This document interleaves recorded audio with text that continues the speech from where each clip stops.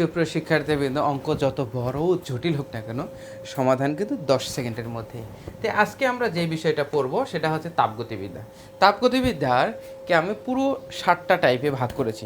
7টা type পড়লেই তুমি যেটাই হোক না কেন, হোক সেটা মেডিকেল, হোক সেটা ইঞ্জিনিয়ারিং, ভার্সিটি, সবই সম্ভব।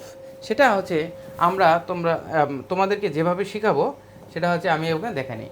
যেমন আমাদের ভিক্টোরি বিকেএম একাডেমি, ওকে, এই একাডেমির এটা হচ্ছে, তোমরা যদি হোমে যাও, হোমে যাওয়ার পরে তোমরা দেখতে পাবে আমাদের সমস্ত কোর্স সমূহ, যেমন অ্যাডমিশান, ওকে, অ্যাডমিশান সেটা হতে পারে তুমি কৃষি বিশ্ববিদ্যালয়ে ভর্তি প্রোগ্রামে ভর্তি হতে চাও, ইঞ্জিনিয়ারিং ভর্তি, ভার্সিটি মেডিকেল, এবং হচ্ছে এপিপিই রয়েছে, সেটা হচ্ছে আমেরিকান কেউ যদি প্রফেশনাল ইঞ্জিনিয়ার হতে চায় তাহলে এপি পরীক্ষা দিতে হয়, দেন পিই সেটা পড়াই আমরা।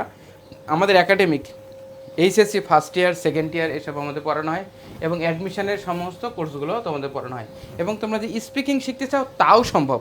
সেটা হচ্ছে কীভাবে সম্ভব তোমাদেরকে আমরা শেখাবো। তাহলে আমরা একটু দেখে আসি তাপগতিবিদ্যার টাইপ 1 সম্পর্কে।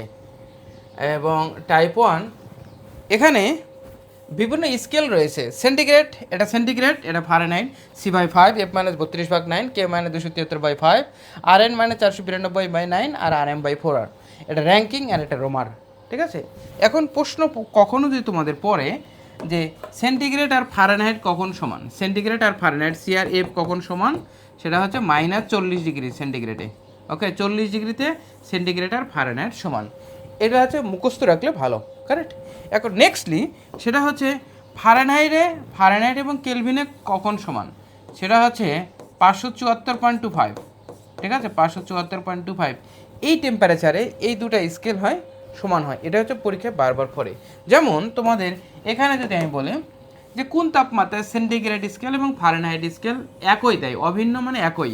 দেখো এই অঙ্কটা পড়েছে হচ্ছে কতগুলো ইউনিভার্সিটিতে পড়ছে, দেখছো কতগুলো, তাহলে এটা হবে কত হচ্ছে -40 ডিগ্রি সেন্টিগ্রেড। আচ্ছা, -40 ডিগ্রি সেন্টিগ্রেড হয়ে গেলে নেক্সটলি বলছে ফারেনহাইট এবং কেলভিন কখন হয়, এটা হচ্ছে 574.25। হ্যাঁ, এই টেম্পারেচার ভ্যালুটা নাই, ওই জন্য হচ্ছে রাইট অ্যান্সার হবে এটা। সো এখানে বলছে সেন্টিগ্রেড স্কেলের তাপমাত্রার পরিবর্তন যদি এত হয় তো ফারেনহাইট স্কেলের কত হবে। তাহলে তোমরা কি সুন্দর করে এই অঙ্কটা একটু করো।